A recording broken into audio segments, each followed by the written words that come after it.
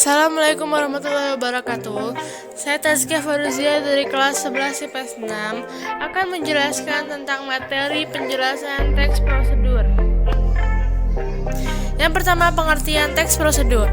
Teks prosedur adalah teks yang berisi cara atau tujuan untuk membuat atau melakukan sesuatu hal dengan langkah demi langkah yang tepat secara berurutan, sehingga menghasilkan suatu tujuan yang diinginkan. Teks prosedur biasanya terdapat pada tulisan yang mengandung cara, tips, atau tutorial melakukan langkah tertentu. Di dalam teks prosedur terdapat kata imperatif atau kata perintah untuk melakukan apa yang dibahas pada teks agar si pembaca mengikuti apa yang diperintahkan pada teks teks tersebut. Contoh dari teks prosedur itu misalnya kayak kamu tuh lagi ingin memutihkan wajah, nah kamu cari di internet bagaimana cara memutihkan wajah itu. Terus habis itu nanti kamu ikutin langkah-langkahnya untuk memutihkan wajah. Lalu yang kedua ada macam-macam teks prosedur. Di sini ada 3 macam teks prosedur, yaitu teks prosedur sederhana, teks prosedur kompleks, dan teks prosedur protokol. Nah, di sini ada penjelasan juga ya. Dari macam-macam ini ada penjelasannya. Teks prosedur sederhana adalah suatu prosedur yang bisa dilakukan hanya dengan 2 hingga 3 aksi atau langkah saja.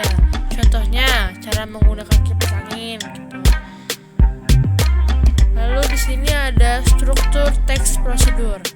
Yang pertama ada judul, yang kedua ada kalimat pengantar, yang ketiga ada bahan dan peralatan, dan yang keempat ada tahapan proses ditulis secara berurutan. Lalu di sini ada ciri-ciri teks prosedur. Yang pertama, berisikan langkah-langkah. Yang kedua, disusun secara informatif. Yang ketiga, dijelaskan secara mendetail. Yang keempat, bersifat objektif. Yang kelima, langkah berkelanjutan dengan penjelasan. Yang keenam, menggunakan syarat atau pilihan. Yang ketujuh, bersifat universal. Yang kedelapan, bersifat aktual dan akurat. Yang kesembilan, bersifat logis. Selanjutnya ada kaidah kebahasaan teks prosedur. Ada apa aja, yaitu ada konjungsi temporal. Yang kedua ada kata kerja imperatif atau kata perintah. Ini adalah ciri khas dari teks prosedur. Nah, yang ketiga ada verba material atau tingkah laku. Yang keempat ada partisipan manusia. Yang kelima ada terdapat bilangan sebagai penanda urutan. Yang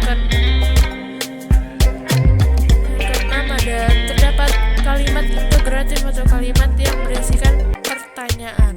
Dan yang terakhir ada terdapat kalimat deklaratif atau kalimat yang berisikan pernyataan. Sekian penjelasan tentang teks prosedur dari saya. Kurang lebihnya mohon maaf. Wassalamualaikum warahmatullahi wabarakatuh.